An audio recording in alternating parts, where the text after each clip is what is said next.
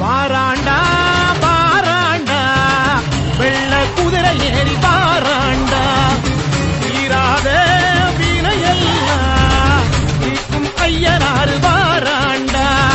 அங்கார ரூபம் கொண்டு ஆட்சி செய்ய வராண்டா 3 வேளை பசி தீக்க முனியேப்ப வராண்டா